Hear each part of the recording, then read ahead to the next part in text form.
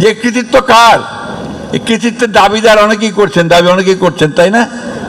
দাবি করছেন, নেতা হয়ে গেছেন, বড় বড় নেতা হয়ে গেছেন। এখন সেই কৃতিত্ব আসলে জনগণের, বাংলাদেশের মানুষের। সমগ্র মানুষ এক হয়ে গিয়েছিল। যে গ্রামের কৃষক, কারখানার শ্রমিক, অত্যন্ত আধুনিক মেয়ে, স্টুডেন্ট লিডার অথবা ছাত্রী, ইউনিভার্সিটি ছাত্রী, আবার হিজাব পরা, বোরখা পরা ছাত্রী, সব মিলে শিক্ষক শিক্ষয়িত্রী সব মিলে আমরা এক হয়ে গিয়েছিলাম, তাই না? একটাই মাত্র আমাদের লক্ষ্য ছিল যে আমরা একটা গণতান্ত্রিক বাংলাদেশ চাই। কথাটা খুব স্পষ্ট, এখানে কোনো রাগঢাক নেই।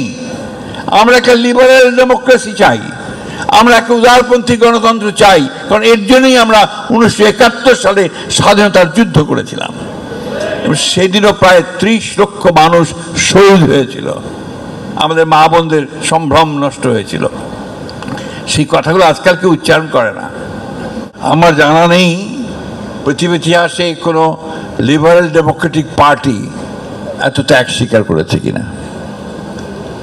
60 লক্ষ মানুষের বিরুদ্ধে মিথ্যা মামলা হয়েছে, প্রায় 1700 নেতা কর্মীকে গুম করা হয়েছে। এই গুম শব্দটা আগে আমরা জানতাম না। আমরা ল্যাটিন আমেরিকার ইতিহাস পড়তাম, তখন শুনতাম যে সেখানে এনফোর্স ডিসঅ্যাপিয়ারেন্স হয়, কিন্তু বাংলাদেশে আমরা সচক্ষে সেটা দেখলাম এই ফ্যাসিস্ট হাসিনা সরকারের অধীনে। আমাদের প্রায় 20,000 নেতাকর্মীকে এক্সট্রা জুডিশিয়াল কিলিং এবং বিভিন্নভাবে হত্যা করা হয়েছে। সবচেয়ে বড় কথা, আমাদের নেত্রী দেশনেত্রী বেগম খালেদা জিয়াকে সম্পূর্ণ মিথ্যা মামলায় জড়িয়ে 6 বছর কারাগারে আটক করে রাখা হয়েছে।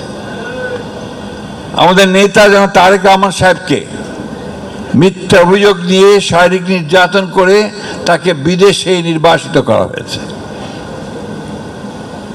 অসংখ্য মিথ্যা মামলা, হত্যা, খুন, জখম, এই নিয়ে বিএনপি কিন্তু সোজা হয়ে দাঁড়াবার চেষ্টা করেছে, মাথা উঁচু করে দাঁড়াবার চেষ্টা করেছে এবং একবারের জন্য ফ্যাসিবাদের বিরুদ্ধে লড়াইয়ে কোনো যেটাকে আমরা বলি যে থামেনি, এগিয়ে চলেছে এবং শেষ পর্যন্ত বিএনপি এবং ছাত্রদল তারা এগিয়ে চলেছে। আজকে এখানে ছাত্রদলের যারা এখানে বসে আছেন সকলের সঙ্গে আমরা কারাগারে থেকেছি। ওই সামনে যারা আছে তাদের মধ্যে অনেকেই আমরা একসাথে কারাগারে থেকেছি। আমার মনে হয় শেষবার যেবার আমরা একসাথে ছিলাম সেবার বোধহয় সবাই একসাথেই, অনেক স্মৃতি, সেই স্মৃতিগুলো এখন বলতে গেলে অনেক সময় লাগবে।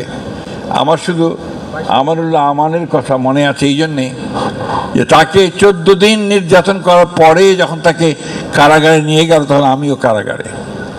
তাকে এনে যখন আপনার কারাগারে সেই সেলের মধ্যে ফেলে দেয়, তারপর যোগাযোগ করে আমি জানতে পারি তাকে কোনো ডাক্তারের চিকিৎসা দেওয়ার সুযোগ দেওয়া হয়নি।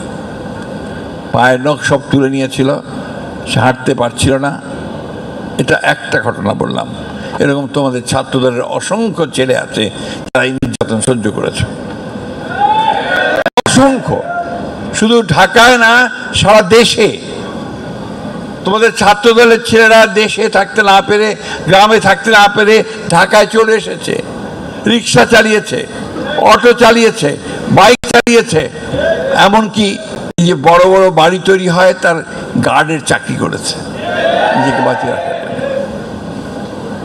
এই যে ত্যাগ, এই ত্যাগ করেই কিন্তু আজকে এই একটা সুযোগ তৈরি হয়েছে। আমি কারোর বিরুদ্ধে কোনো কথা বলতে চাই না, অনেকে অনেক কথা বলছেন, আমি শুধু একটা কথা বলতে চাই যে আজকে এই সুযোগটা বাংলাদেশের জনগণ, একটা কথা কিছুক্ষণ আগে আজকে প্রথম আলোতে সাইমুম পারভেজের লেখা একটা পড়ছিলাম, যে কৃতিত্ব কার, এই কৃতিত্বের দাবিদার অনেকেই করছেন, তাই না? দাবি করছেন, নেতা হয়ে গেছেন, বড় বড় নেতা হয়ে গেছেন। এখন সেই কৃতিত্ব আসলে জনগণের, বাংলাদেশের মানুষের। সমগ্র মানুষ এক হয়ে গিয়েছিল।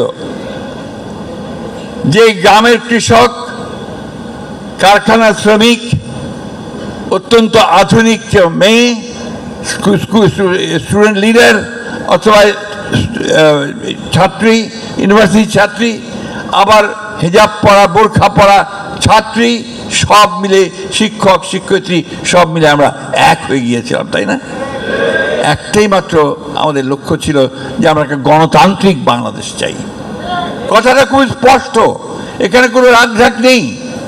আমরা একটা লিবারেল ডেমোক্রেসি চাই, আমরা একটা উদারপন্থী গণতন্ত্র চাই, কারণ এর জন্যই আমরা 1971 সালে স্বাধীনতার যুদ্ধ করেছিলাম।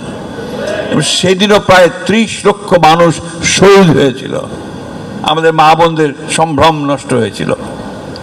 সেই কথাগুলো আজকাল কেউ উচ্চারণ করে না, কিন্তু সেটাই ছিল আমাদের ভিত্তি। সেই ভিত্তিটার উপর করেই আমরা কিন্তু সামনের দিকে এগিয়ে আজ পর্যন্ত এইখানে এসেছি।